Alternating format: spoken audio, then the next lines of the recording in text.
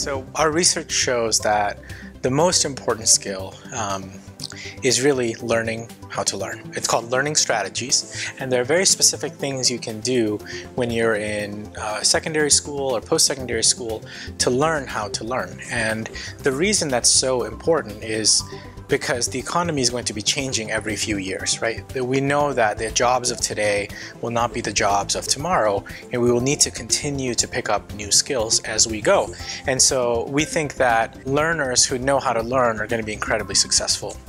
In addition to that, we also see there's a real importance for traditionally known as liberal arts skills or liberal arts knowledge areas such as sociology and anthropology.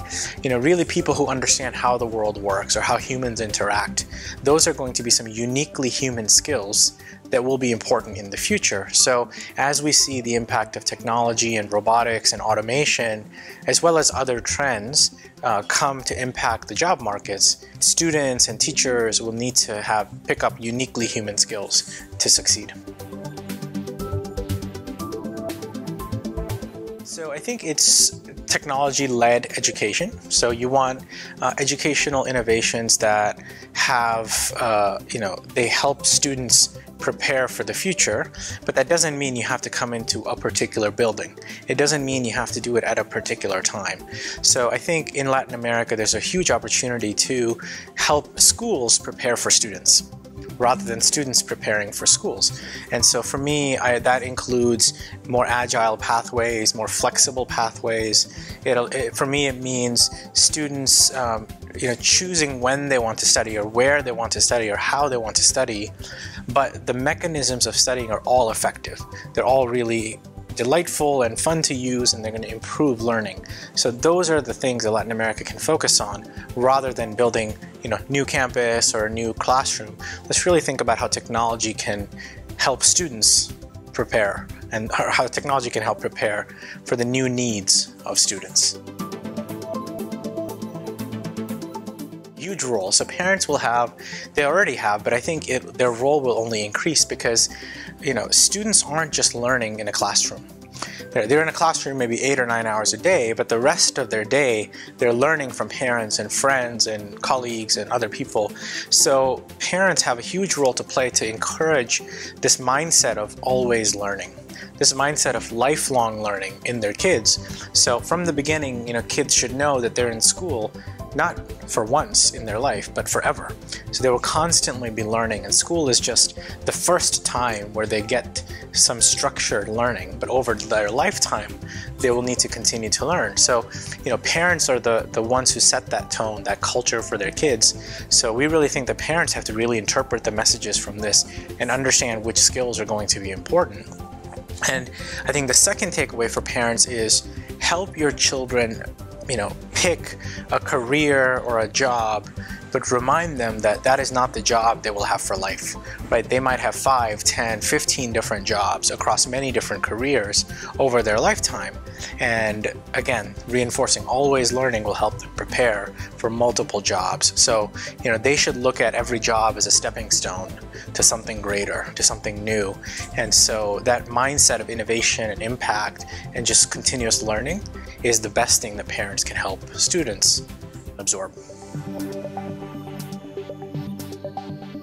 So we are seeing technology impact teaching, not by automating teaching, but by improving outcomes. So if you're a teacher in front of a classroom today with no technology, you don't really have much data on how your students have learned something or how they're doing. You can give them a test, but then you have to stop the class, take a test, go and grade the test, and then see how they're doing. So technology can help make that whole process much more efficient. The technology can say, as I'm learning a lesson, as a student is learning a lesson, the technology is assessing how they're doing. Rather than stopping the class and taking a test, technology is always providing data to the teacher on how particular students are doing. So now teachers can then adapt their instruction, they can personalize their instruction, and they can really make sure that every student is learning at their pace and every student is making progress. So for me, it's not about automation, it's about enabling a teacher. And the role of a teacher is now to act on those insights rather than read out a lesson plan, for example.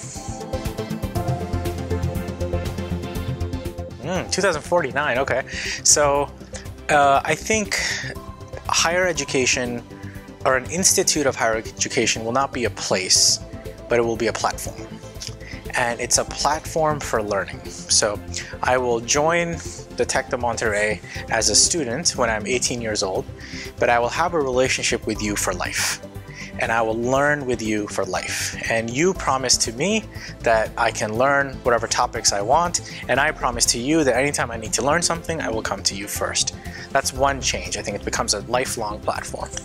I think the second thing is, as our economy starts to specialize and become focused on certain areas, no one university can be good at all of those.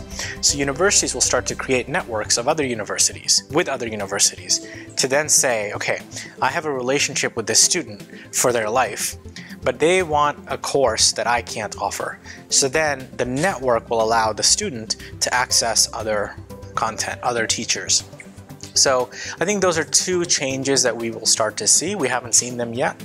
You see a lot of technology, you see a lot of online classes. Those will happen, and they're already happening.